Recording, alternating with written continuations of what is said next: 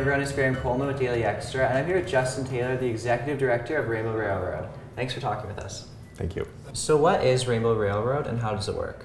Rainbow Railroad's a pretty new charity, and what we do is we help LGBT people around the world escape state-sponsored violence and persecution. So what that means is in over 70 countries around the world, it's illegal to be gay. And in many of those countries, the state and police actively promote violence or allow violence to happen against LGBT people. This means people are being hunted in their own communities and often in their own families. What we do is we work with them to help move them to an immediate place of safety, so help them find a safe house in their country, and then we provide funds to allow them to pay for their travel documents and plane tickets to come to either Europe, Canada, or the US. So how many LGBT refugees have you helped to date?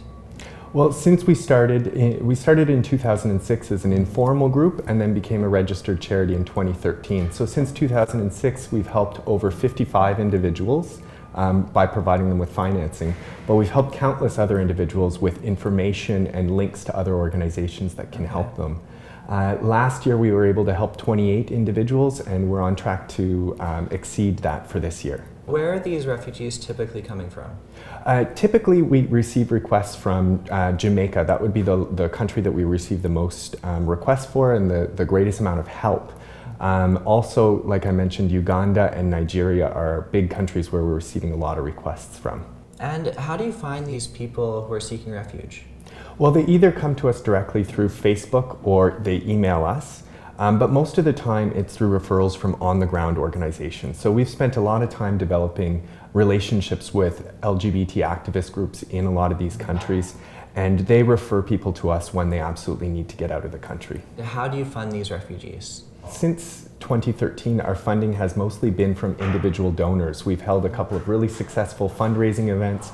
We have more and more individuals donating to us online, and you've really seen the community step up. Like me, I was a volunteer with Rainbow Railroad beforehand. When I learned more about the situation that's going on in Jamaica, Uganda, and Nigeria, I decided to become involved, and you'd be amazed how many people have opened up their wallets and provided their talents and energy to Rainbow Railroad. Wow. It's been fantastic. Can you give any examples of some recent refugees and tell us what their situation was like? Sure. Recently, we've been working with a woman in Nigeria.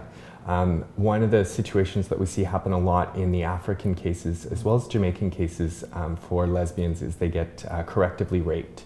So this individual had been gang raped by a group of men in her community that were trying to correct her and turn her away from being a lesbian. She was hospitalized for several months, and it was after she was released from the hospital that we were put in touch with her through an LGBT organization there. So we're actively working to try to move her to a safe country. We also have had a number of cases recently from Jamaica.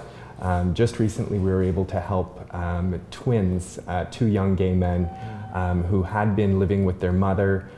Both of them had been violently attacked on the streets, and then their mother was threatened to have her home burnt to the ground if she didn't turn the children out. So these two young men were homeless on the streets without any resources, and thanks to the community we were able to raise enough funds to move them safely before the end of the year. So when they come to a new country, what kind of resources and guidance are they receiving? So we do not provide the settlement work directly, but we work with organizations. In Toronto, we've got a fantastic network of organizations like the 519. So we pass them off to some of those organizations that specialize in that area. Great. And is there anything else that you want to add? You know, sometimes we read about situations that are going on in other countries, and when you're reading about what happens in Nigeria and Uganda, you can feel really helpless as a gay Canadian. Right. You know, you feel like you've got a great life here and you see what's going on there and there's nothing you can do. There are fantastic things that are being done. So search out charities that are doing the kind of work that you believe in and support them. Thanks so much for talking with us. Thank you.